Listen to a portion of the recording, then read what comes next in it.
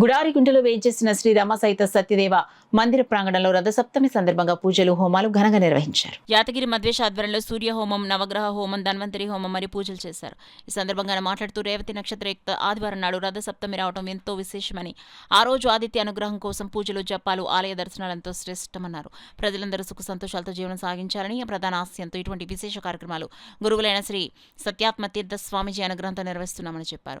ప్రాతకాల పూజా సమయంలో శ్రీ రమ సహిత సత్యదేవ, శ్రీ దాసాంజనేయ మరియు ఉమాసాంబశివ స్వామివార్లకు అభిషేకానికి కార్యక్రమాలు నిర్వహించి శ్రీ భూసమేత శ్రీ ప్రసన్న వెంకటేశ్వర స్వామివారికి విశేష అర్చన నిర్వహించామన్నారు. బెంగళూరుకు చెందిన ధర్మవరపు దేవరాజురావు గోత్రనామాలతో తొలి పూజ కార్యక్రమాన్ని నిర్వహించిన అనంతరం విశేష సాలగ్రామ పూజ, అభిషేకాదులు జరిగాయని మధ్వేష్ తెలిపారు. రథ సప్తమి సందర్భంగా ప్రత్యేక క్షీరాన్న నివేదన కార్యక్రమాన్ని నిర్వహించిన అనంతరం ప్రసాద వినియోగ కార్యక్రమం జరిగింది. కార్యక్రమంలో భక్తులు అధిక సంఖ్యలో పాల్గొన్నారు. పూర్ణాహుతి కార్యక్రమాన్ని మౌనిక మధ్వేష్ దంపతులు భక్తి శ్రద్ధలతో నిర్వహించి హోమరక్షా ప్రసాదాన్ని భక్తులకు అందించారు.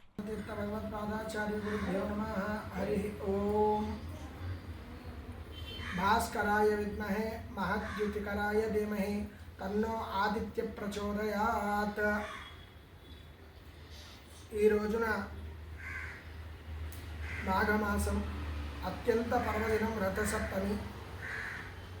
ఆ రథసప్తమి రోజున స్థానిక గొడారిగుంట కాకినాడ సత్యదేవ మందిరమనందు, అలాగే దాసాంజనేయ స్వామివారు మరియు శ్రీదేవి భూదేవి సహిత వెంకటేశ్వర స్వామివారు, ఉమా సాంబశివ స్వామివారి యొక్క సన్నిధానంలో విశేషంగా అందరూ భక్తులందరి యొక్క విశేషం ఆయుర ఆరోగ్యం అన్నీ కలగాలనే ఉద్దేశంతో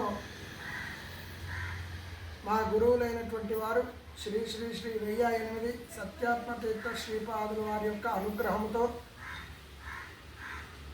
నవగ్రహ హోమము మరియు ధన్వంతరి ఆరోగ్యము కొరకు, అలాగే రథసప్తమి సందర్భంగా సూర్యనారాయణమూర్తి స్వామి వారి యొక్క హోమము కూడా చేయడం జరిగినది.